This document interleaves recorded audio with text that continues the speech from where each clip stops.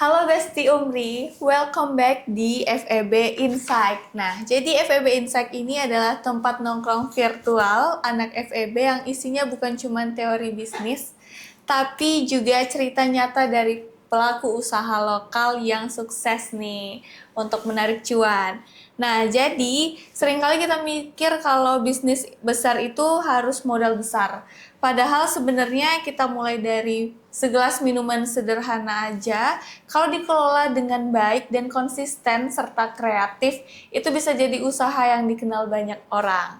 Nah, jadi hari ini kita itu kedatangan bintang tamu spesial kita, yaitu pelaku usaha UMKM yang lagi hits nih di Pekanbaru, dan pastinya nama brandnya itu siapa sih yang nggak kenal lagi. Nah, jadi langsung aja kita sambut penjual teh tarik seru Pekanbaru. Give applause, guys. Oke.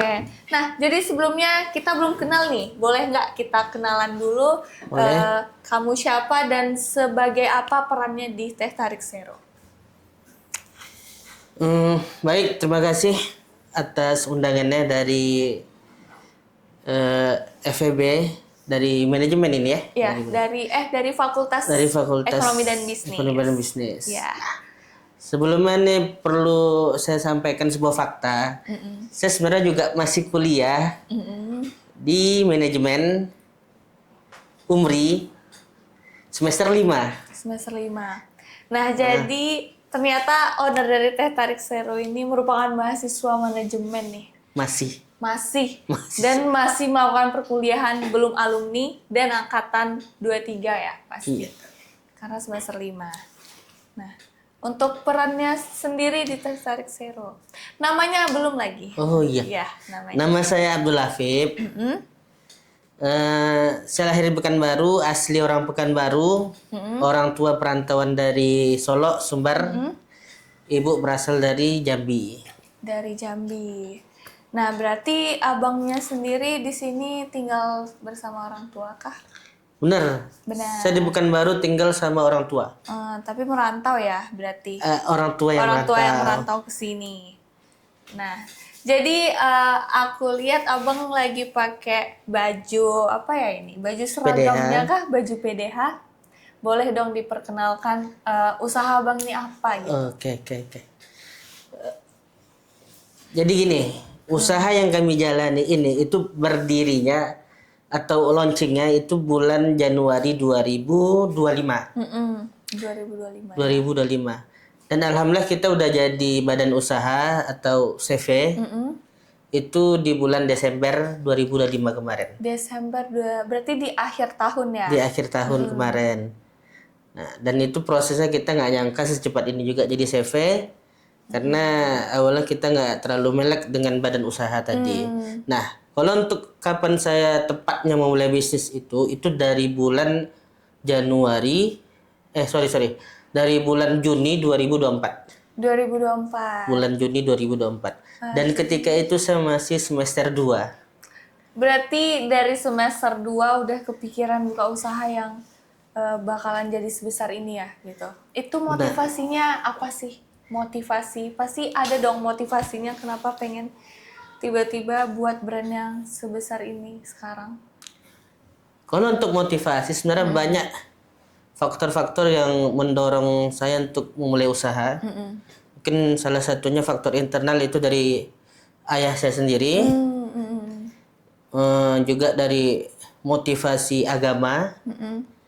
Kalau dari eksternal itu karena saya melihat peluang tadi, melihat peluang pasar, dan juga pengalaman karena orang tua saya, keluarga besar saya itu keluarga pedagang. Jadi itulah yang membentuk saya kenapa harus bisa membuka usaha Buka usaha. ketika kuliah ini, memanfaatkan waktu yang ada.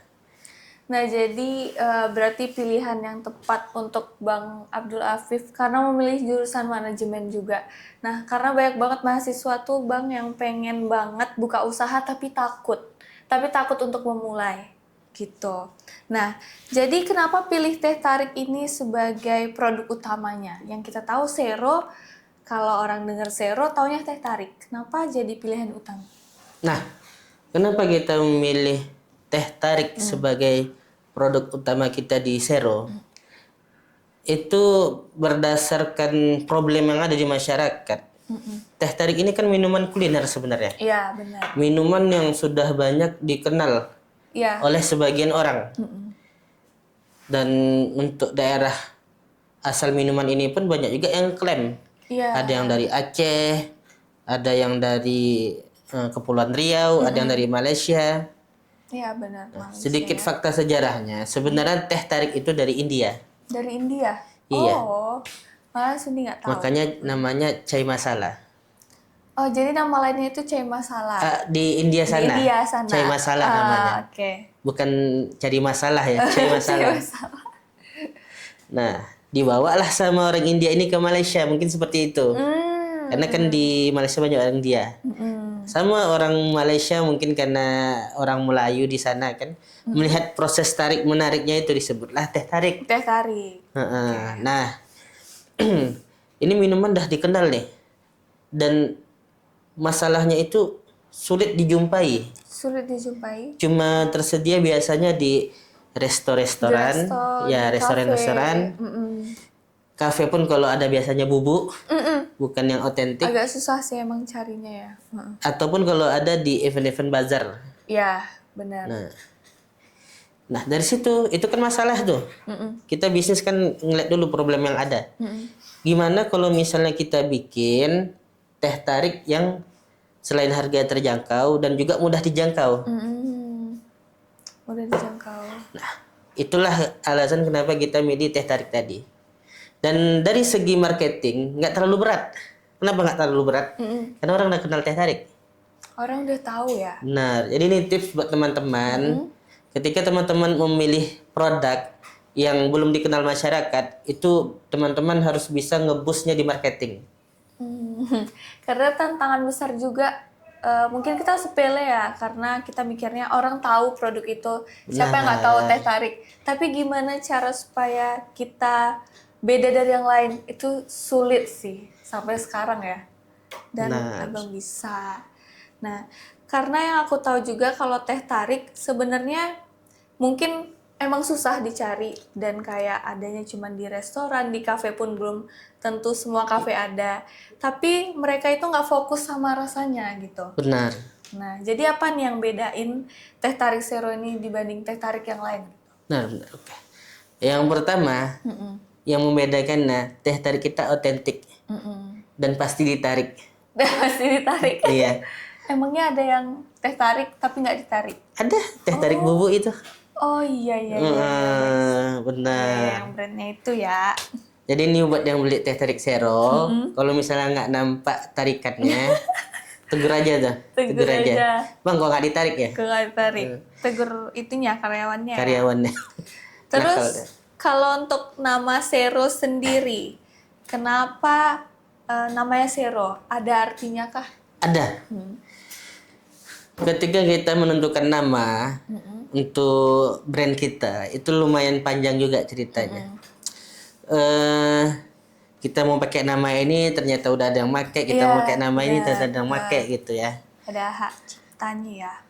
Sampai yang kepikiran saya ketika itu mikirin gimana biar orang minum produk kita itu ngerasakan feel yang seru, asik. Seru, happy. Dan saya coba saya nyari kata-kata tersebut dari bahasa daerah, bahasa Minang. Teringat saya kalau bahasa Minang seru kan Zero. Oh iya, Zero. Zero Loma gitu. Zero Loma gitu kan. Iya. Kenapa O-nya ada 2? Karena bagi saya lebih cantik nama brand itu sebenarnya ada 5 huruf. Oke, jadi kalau 4 kayak kurang Kayak ya kurang rasanya. gitu. Bener. Makanya saya tambahkan O1. Zero. Bukan R-nya, O-nya. O-nya 2. Kalau R-nya nanti sulit pula bacanya Zero. Zero. Susah ya untuk orang yang nggak bisa nyebut R. Terus tantangan yang paling berat pasti ada tantangannya di awal, apalagi pas mutuskan di semester 2 ya mulai kan. Gimana tantangannya tuh? Seberat apa? Kalau tantangannya ada. Tantangannya itu sudah pastinya terkait perkuliahan, Iya. kemudian waktu bermain, waktu waktu anak-anak muda lah. Nah, itu semua kita lawan dengan kita pengen jadi orang yang berbeda tadi. Kita pengen jadi berbeda dari anak-anak muda di seusia kita. Generasi kita. Kemudian kita juga pengen menjadi orang yang bermanfaat. Kemudian kita pengen memanfaatkan waktu dengan sebaik-baiknya. Karena kita nggak pengen nih tamat kuliah, wisuda, itu kita wisuda kemudian langsung nganggur. Langsung nganggur, masih nyari-nyari kerja apa ya? Masih nyari-nyari kerja, infoloker segala macam. Nah, kalau bisa kita buka tadi lapangan pekerjaan. Seperti itu. Kalau di awal jualan nih, tantangan beratnya apa? Ketika udah akhirnya membuka usaha gitu. Tantangan terberat ketika memulai buka usaha yang kami alami itu lebih tepatnya sebenarnya di tenaga sama waktu sih. Tenaga. Karena betul-betul terkuras. Kita juga sebagai seorang mahasiswa yang dituntut belajar, kemudian kita juga sebagai seorang anak yang dituntut berbakti ke orang tuanya, dan juga kita dituntut sebagai seorang pengusaha yang harus bisa memutarkan usaha tersebut. Modal tadi, ya. Ya, sempat ada niat waktu itu di tengah-tengah tuh rasa capek nyerah, atau rindu bisa rebahan dulu sambil main HP. Cuma ada satu yang kita pikirkan. Apa itu? Lebih baik capek bekerja daripada capek nganggur. Bener. Jadi motivasinya sangat-sangat itu ya, Bang Abdul. Nah, tadi kan udah ada dibilang pernah hampir ngerasa nyerah. Kayaknya setiap pelaku usaha tuh di tengah-tengah tuh pasti ada rasa dia jenuh, rasa pengen nyerah. Itu gimana kalau Bang Abdul sendiri? Oh, kalau rasa-rasa seperti itu pasti ada. Ada. Pasti ada. Pasti ketika rasa itu datang, disitulah gunanya manajemen tadi itu. Bagaimana kita ngelola perasaan tadi itu. Dan ini betul-betul biasanya kan orang rasa nyerah tadi itu mungkin karena nggak laku, karena nggak apa ya. Ketika itu justru seru kita laku, produk kita laku, tapi kita capek karena kita rindu masa dulu kita yang lebih nyantai. Iya, masa-masa kita waktu masih sebagai mahasiswa seutuhnya lah ya. Benar. Nggak ada yang di-handle segala macam. Cuma kami teringat satu hal juga. Di dalam Sero ketika itu udah ada anggota-anggota kita, tim-tim kita yang ibaratnya sudah kita tanamkan harapan ya. Maksudnya sama-sama untuk visi misi tadi. Nah, jadi kepikiran masa iya orang-orang tadi yang sudah kita rekrut, udah bergabung sama kita dan percaya sama kita kecewakan. Cuma gara-gara kita capek yang sebenarnya tinggal istirahat aja. Sebenarnya itu pikiran yang cuman sebentar aja lewat gitu. Benar. Nah, jadi sampai pada akhirnya Bang Abdul ini punya tim, itu gimana? Atau mungkin di awal udah bersama tim atau sendiri dulu? Kalau itu mungkin saya bakal bahas di modal awal ya. Di modal awal. Ini salah satu bisa jadi pembelajaran buat teman-teman yang lain.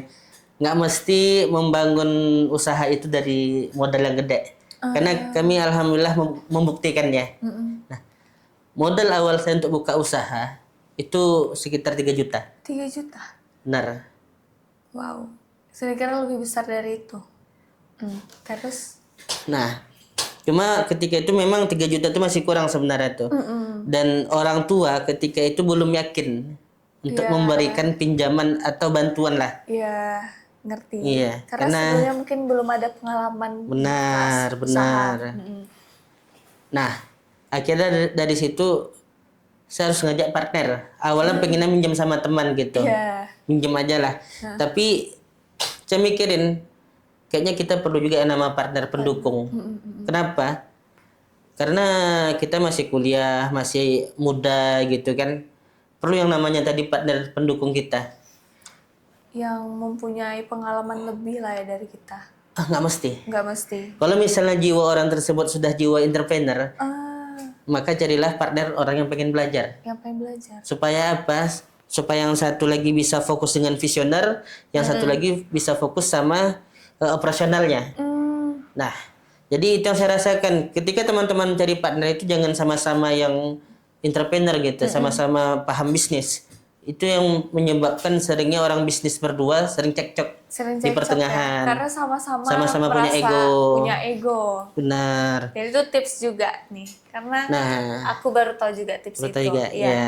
Karena saya ngerasain, karena banyak kali itu yang menyarankan ke saya, karena sebagian orang kan kenal, saya ini kan entrepreneur gitu kan. Ngapain gitu ngajak orang, kan mau bisa sendiri gitu. Oh enggak, saya nggak bisa sendiri.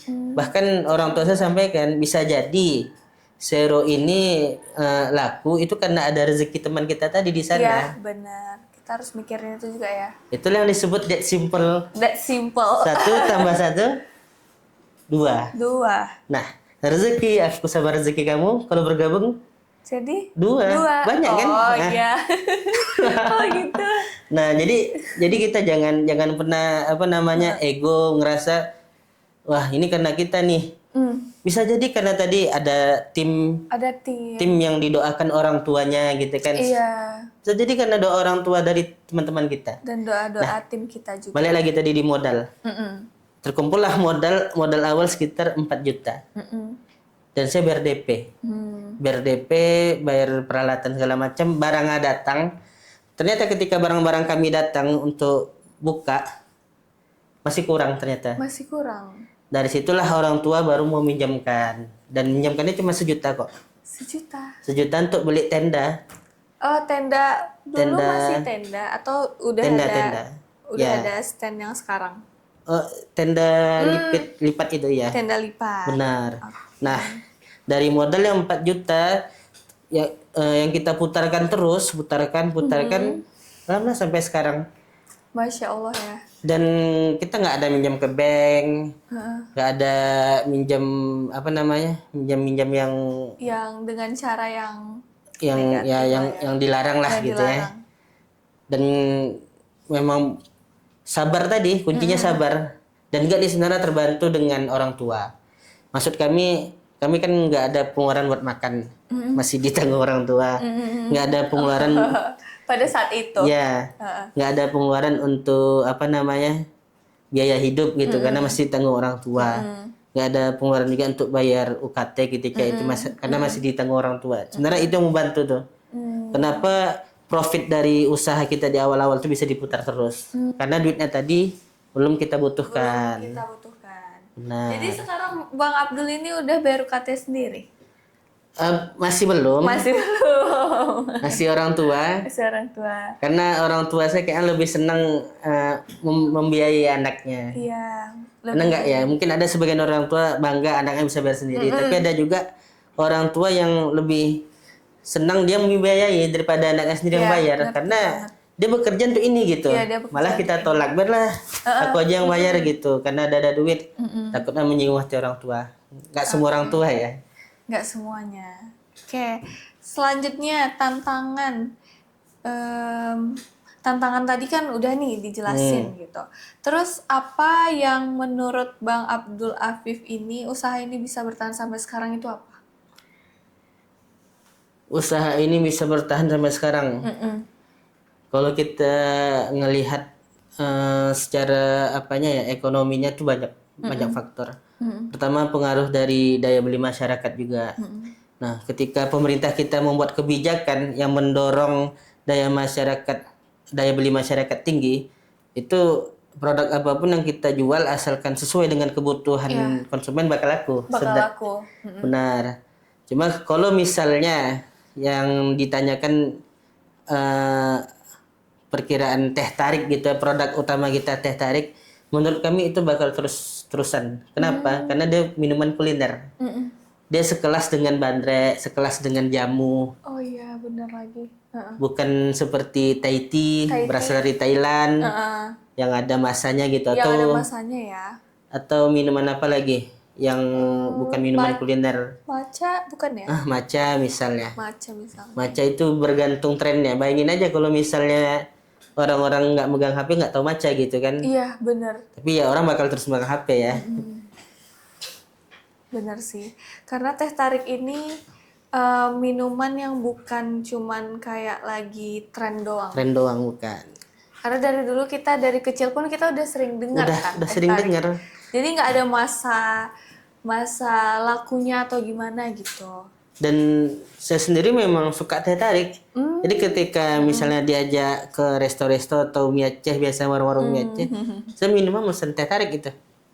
Kalau yang dibikin teh tarik bubuk udah kecewa itu. Kecewa. Mending bikin di rumah. Maunya yang beneran ditarik. Beneran ditarik. Nah, terus apa sih strateginya yang paling efektif nih? Strategi promosinya supaya tadi yang kita tahu kan bertahan sampai sekarang dan semakin berkembang. Itu strategi promosinya gimana? Itu butuh banget.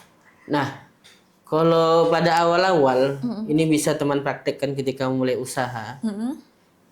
Ketika teman-teman grand opening atau opening pertama gitu kan, itu masyarakat sedikit yang pengen datang buat beli. Iya. Tapi mereka lebih sadar, oh ternyata buka tuh ada teh tarik Zero gitu. Tapi nggak nyobain. Belum ada niat. Ada niat. Belum ada niat buat beli. Iya. Nah, biasanya mungkin di hari kedua atau ke hari ketiga nanti baru mereka datang. Karena udah ditandai nih usaha teman-teman tuh. Nah, jadi teman-teman jangan nyerah ketika di hari pertama nggak rame, karena memang siklusnya biasa seperti itu. Nah, cuma ada tips gimana cara hari pertama itu bisa rame. Bisa rame, apa itu? Pertama dipersiapkan dulu konten sebelum opening tadi, atau media-media massa untuk memberitahu kan. Akan dibuka kan sering tuh kita lihat tuh. Konten kreator lah ya berarti. Konten kreator bisa jasa endorse bisa juga kan. Jasa endorse. Nah, kemudian pasang promosi. Flyer misalnya kami di hari pertama Zero dulu itu ada buy one get one. Oke. Nah, jadi ada promo ya. Ya, buy one get one ini mirip seperti cheatnya lah. Harusnya orang kan belinya di hari besok nih karena dia sadar nih ada teh tarik Zero. Tapi dia malah beli sekarang. Karena kenapa? Ada promonya. Karena ada promonya. Nah, jadi di hari pertama kami jual itu langsung rame karena kita pakai promo. Jadi kita promo selama 2 hari. Di hari ketiga alhamdulillah orang dah sadar ada teh tarik Zero tadi dan dah nyobain rasanya. Alhamdulillah enak. Lanjut beli gitu. Berarti sebenarnya kalau misalnya kita grand opening itu jangan hanya berhenti kayak orang sadar sama brand itu, tapi harus nyoba juga. Harus nyoba brand tersebut. Harus konsisten. Nah, juga nih misalnya teman-teman bukanya dari Senin sampai Minggu misalnya ya, hari Jumat libur misalnya. Nah, Jumat ini teman-teman harus sering maksudnya memang diambil libur itu. Konsisten. Kalau memang pengen tutupnya di hari Jumat ya tutupnya hari Jumat. Jangan pernah nyoba-nyoba buka dari Jumat. Tujuannya apa? Supaya tadi di konsumen itu udah terekam hari Jumat teh tarik Zero tutup. Jadi nggak usah beli ke sana, mereka nggak kecewa jadinya. Tapi ketika teman-teman buka tutup orang buka lagi, berharap ya, lagi. Kayak mungkin buka gitu. Nanti kata orang ini jualannya serius atau enggak sih? Iya, oke. Akhirnya nggak mau lagi orang beli. Kalau teh tarik ada liburnya kah? Libur di hari-hari tertentu? Ada. Kita di hari Minggu tutup gudangnya. Oh, gudang. Kalau outlet kita tergantung mitra-mitra kita. Nah, kita tadi udah bahas tentang bisnis ini yang bertahan sampai sekarang, tapi belum ada pertanyaan outletnya udah berapa sih? Iya. Dan gimana aja? Alhamdulillah outlet kita udah 35. Wah, Masya Allah. Keren itu banget. Disebut di mana aja kayak nggak bisa semua saya sebut. Karena lupa ya, atau kayak kebanyakan ada di Jalan D5, outlet pertama kita, kemudian ada di Kualu atau Sukakarya. Ya. Deretan Jalan Prodadi Cipta Karya itu ada. Kemudian di Bangau Sakti juga ada. Di Taman Karya dekat Taman rumah. Karya ada juga dekat rumah. Ada. Kemudian di Harapan Raya, Rumbai. Insya Allah di semua titik Pekanbaru udah ada ya. Pekanbaru yang rame-rame. Jadi mungkin itu jadi salah satu tips juga untuk konsumen sadar ya sama brand itu. Dengan adanya banyak outlet, jadi orang ini yang merah-merah ini nampak terus gitu. Iya, benar. Oke. Berarti untuk target pasarnya siapa sebenarnya? Kami lumayan masih ragu di sana. Karena awal-awal kita target pasarnya tentu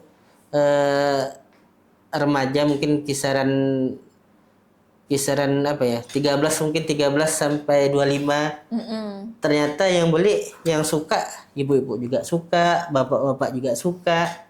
Jadi bisa kita bilang segmennya tuh menyeluruh gitu. Luas ya. Luas. Mungkin kalau untuk kelasnya mungkin memang rata-rata menengah ke bawah, Menengah ke bawah. Karena range harganya yang murah. terjangkau ya. Ya, itu mulai dari berapa untuk harganya sendiri? Kalau untuk harga ini cut. Iya, nggak apa. Harga nggak bisa Nggak kita usah. sebut ini. Ya. Oke, oh iya. Karena ada perubahan. Ini kan kalau sekarang kan harga 8.000 tuh. Ini Oh, 10.000 kan ada ini. perubahan. Ini 10.000 nih yang Iya, sekarang. iya, iya. Karena belum diresmikan. Jadi takutnya nanti bikin konflik. Oh, sebelumnya yang paling murah tuh 8.000. 8.000 teh tarik Oh, yang karena kayak ada ini. perubahan jadinya 10. Oke. Dan habis lebaran baru di launching tuh. Nah, Oke, lanjut lagi ya. jadi dari berapa outlet tadi itu masing-masing outlet atau bebas deh jawabnya gimana? Sehari itu bisa laku berapa sih perkiraan? Kalau rata-rata outlet kita itu kita kasih target minimal di atas 50 cup per hari. Oh, di atas Iya, itu targetnya tuh. targetnya. Targetnya itu. Tapi kalau Kalau rata-rata hitung-hitungnya kayak 80 cup. 80. Kalau misalnya paling tinggi itu ada yang 200 cup, paling rendah ada yang 20 cup. Kalau 200 cup itu biasanya di hari-hari apa tuh? Full sih. Full ya? Senin sampai apa ya. Oke. Karena udah jadi minuman keluarga kayak. Minuman keluarga. Berarti teh tarik sore ini juga available nggak untuk misalnya undang ke wedding, diminta ke wedding Udah. atau ke acara-acara? Kita memang belum bikin divisi khusus untuk itu, tapi sudah kita coba dan kita lakukan. Jadi ada salah satu teman kita pesta di hotel Jalan Riau, Novotel. Nah, kita buka di sana. Oke. Cuma memang kalau untuk khususnya belum ada, cuma seandainya ada tawaran kita terima. Oke, tapi belum ada Secara ininya khususnya ya, belum ada. operasionalnya. Nah, jadi tadi dengan pendapatan atau dengan keuntungan berapa cup tadi, itu gimana cara ngatur keuangannya? Apakah ada timnya atau gimana? Benar. Dan ini mungkin yang unik dari Sero, karena semua tim kita ada, tim inti sebenarnya ada 4, kalau misalnya digabungkan itu ada 9 atau 10. Nah, itu anak kuliahan semua. Wow. Masih kuliah. Masih belajar juga ya? Masih Jadi menempuh. di Sero belum ada yang sarjana. Di Sero belum ada yang sarjana. Ini boleh di-cut dulu, soalnya orang penting yang nelpon nih. Oke, nggak apa. Sorry ya. Aman. Orang Vera nih. Oh iya. Halo, assalamualaikum. Waalaikumsalam. Masya Allah. Enak berarti kemarin bang. Oh entah. Siap. Ya kayak kemarin lagi ya. Oke siap. Oke siap. Waalaikumsalam warahmatullahi. Bunda Vera lagi mesen. Sorry kali bang. It's okay. Bagus banget, keren. Aduh, Dikit lagi sih. Nggak profesional kami dia dah. Nggak apa-apa dong. Bapak mau pergi bang? Enggak, belum mau pergi. Ini nelpon anggota buat bikin kan. Apa hari ini juga? Jam berapa? Iya. Ini mungkin pulang dari ini langsung antar. Langsung. Ada rencana. Sundi bintang memang lah ke Gudang Sero. Sekarang udah ada kursi. Oh iya bang. Oh iya, itu di mana? Jangan lupa. Tapi kan timnya apa? V kemarin datang sana. Oh, Tim dia datang Bea. orang tuh. Oh, di mana? Gudang. Jalan Loba. Dan lo kemarin bintang lewat paus kan, BTS Zero. Belum ada kursinya. Oh iya, karena yang apa memang take away. Kita ya memang di outlet Sero itu khusus take away. Belum ada yang duduk. Oke, insya Allah habis lebaran baru kita bikin yang duduk. Yang duduk Kedai ya. Sero namanya. Apa namanya? Kedai Sero. Wih, keren banget. Bukan kedai Genzi ya. Bukan. Yang mana? Oh, yang Gen Z. Warkop Gen Z kan kan. Tapi itu bakal rame sih kalau misalnya tempat duduk. Di mana? Kalau ada outletnya, ada tempat duduknya, bakal rame sih. Itu kedai Insya Allah. Zero tuh apa? Kayak maksudnya stand juga kah? Stand yang ditambah kursi Semi atau- permanen deh. Oh, Semi permanen. keren. Rame tuh. Siapa yang bisa Apalagi jadi? anak umri kan. Apalagi nggak ada parkir di sana. Ade. Kok tahu Bintang nggak ada parkir? Gen Z. Itu memang sering dilupakan tuh sama bisnis owner tuh. Iya. Ketika buka Padahal usaha, sangat Bang. penting. Tempat parkir itu penting. Kadang orang mikir kan kayak cuma bawa uang 10.000, udah beli habis beli minum kan, lupa nggak ada uang parkir. Oh, ada tukang parkirnya maksudnya. Kalau misalnya ada uang parkir, Oh. Space parkiran juga. terus parkir. Halo, Assalamualaikum, Rip. Rip, tolong bikinkan 2 liter lagi, Rip. Teh tarik Zero yang pakai creamer. Yang panas, ya, 2 liter. Ya, ada Bang Rip. Oh, pergi bawa mobil. Yalah, rencananya mau aku yang nganterin nanti tuh. Oke. 2 liter itu aja. Oke, makasih Rip. Assalamualaikum. Oke, lanjut lagi. Sorry. Oke. Yuk. Tadi. Ini dia apain aja lah. Oh, pala kan orderan. Oke. Tadi itu cara ngatur keuangan tadi. Ah, iya. Nah, lanjut aja. Nah, ulang dari pertanyaan lah. Ulang dari pertanyaan. Nah, jadi dengan pendapatan ataupun dengan perolehan berapa cup tadi per outletnya atau rata-rata per hari, itu gimana sih cara ngatur keuangannya? Apakah tim atau gimana? Nah, kalau dulu saya sendiri yang sebagai keuangan di Zero. Sendiri. Dan itu pakai aplikasi pakai Excel. Dan untuk formatnya, programnya itu kita minta bikinkan sama teman yang anak akuntansi. Iya, anak akuntansi. Anak akuntansi. Nah, sampai di bulan berapa tuh, pertengahan 2025 udah nggak sanggup lagi. Udah nggak sanggup lagi. Karena semakin banyak nih. Semakin banyak nih masukan. ya, cash flow-nya nggak kacau kalau masih saya Kacau lah, megang ya. iya, Nah, kemudian kebetulan ketemu sama teman pesantren dulu. Ternyata dia kuliah di UIR, jurusan akuntansi. Wow. Ya saya aja. Mau nggak kerja di Zero sebagai keuangan, Finance-nya ya. finance-nya gitu. Alhamdulillah beliau mau dan sampai sekarang masih di Zero. Dan beliau yang ngatur cash flow di Zero. Dan saya bisa fokus di visioner tadi. Di visioner tadi. Karena CEO itu visioner ya. Berarti ini di Zero yang sudah didengar berarti punya tim ya? Dan timnya terbagi-bagi mungkin. Ada finance atau... Ada finance, ada ada apa operasional, ada marketing, manajer marketing, ada jabatan direktur, ada juga helper, supir. Jadi udah sekompleks itulah ya. Makanya pada akhirnya ada CV-nya.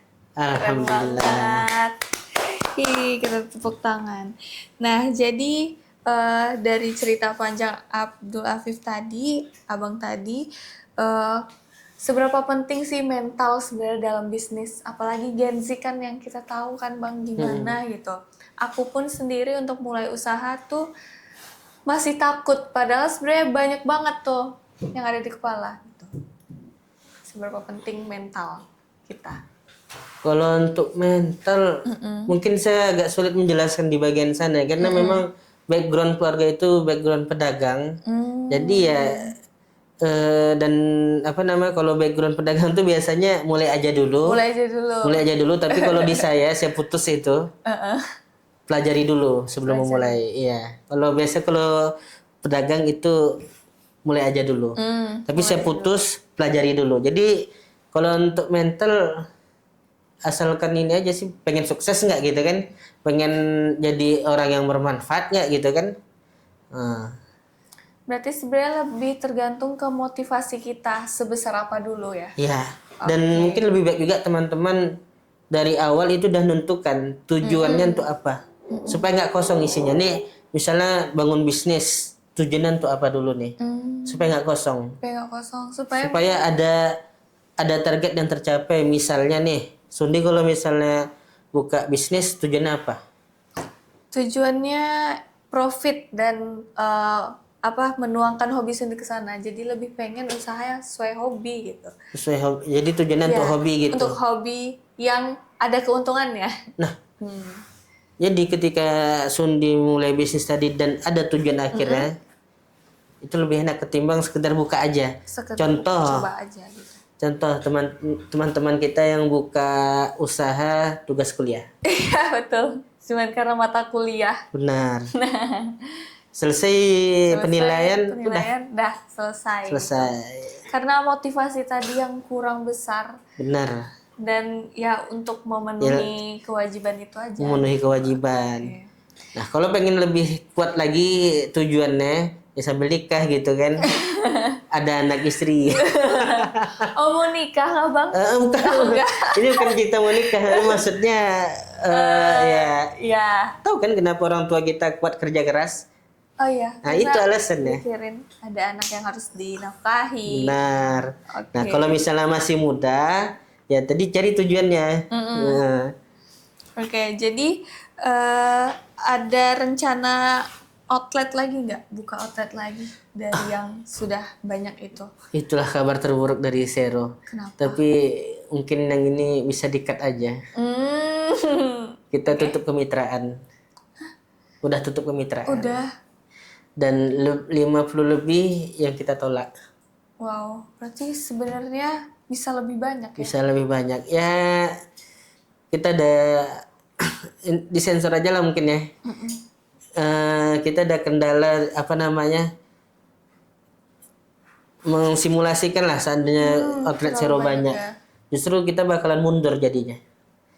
Umur bisnis kita malah makin pendek. Oke. Karena kenapa? Fundamental kita nggak kuat. Maksudnya pusat kita ternyata masih belum kuat. Jadi sekarang lebih fokus ke Lebih pusat fokus dulu. kita kuatkan dulu pusatnya. Nanti ketika sudah saatnya baru kita buka lagi cabang. Tapi bukan kemitraan. Tapi Cabang dari Sero Cabang. sendiri, benar. karena setelah Lebaran pun udah ada target tadi. Udah ada ya. target, kita mau buka yang semi permanennya. Kuatkan intinya dulu sih. Kuatkan, iya benar. Oke, terus ini ada 2 pertanyaan lagi. Pelajaran paling berharga dari usaha ini. Pelajaran paling berharga dari usaha ini. Sebenarnya sederhana. Setelah semua ini rasanya pengen ngajar. Ngajar? Benar. Ngajar dosa. Kan kita udah ngejar dunia nih. Oke. Allah mudahkan jalanan untuk kita. Ya rasanya kita pengen juga sebenarnya ada untuk akhirat kita. Salah satunya apa? Mengajar. Nanti mengajar murid-murid kita mengamalkan apa yang kita ajarkan ke mereka itu jadi amal jariah. Iya benar. Jadi amal jariah buat kita, dan kita bisa lihat betapa banyaknya mereka yang mencari dunia gila-gilaan, mereka meninggal kemudian udah selesai nggak dikenang.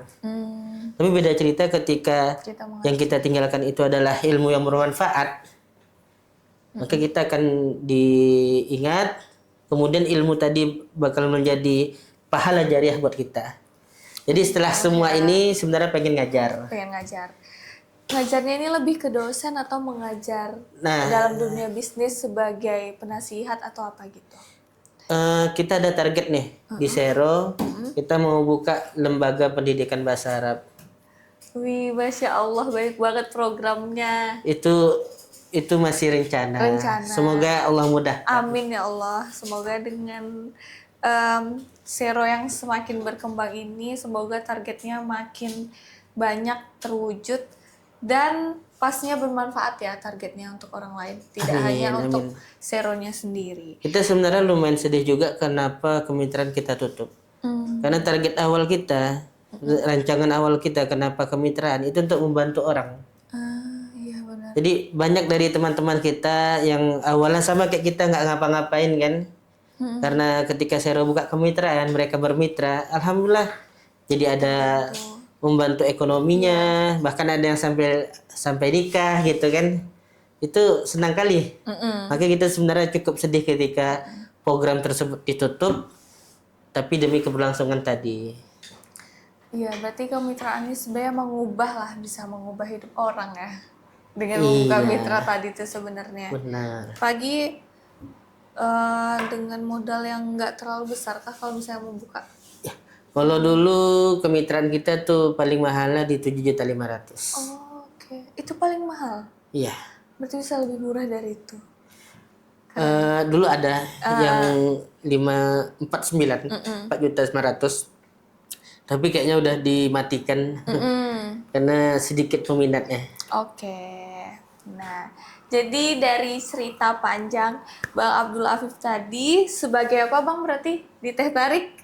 CEO ya. CEO. Nah, sebagai CEO banyak banget pelajaran apalagi insight buat aku sendiri. Nah, apa satu pesan buat mahasiswa yang pengen usaha? Boleh.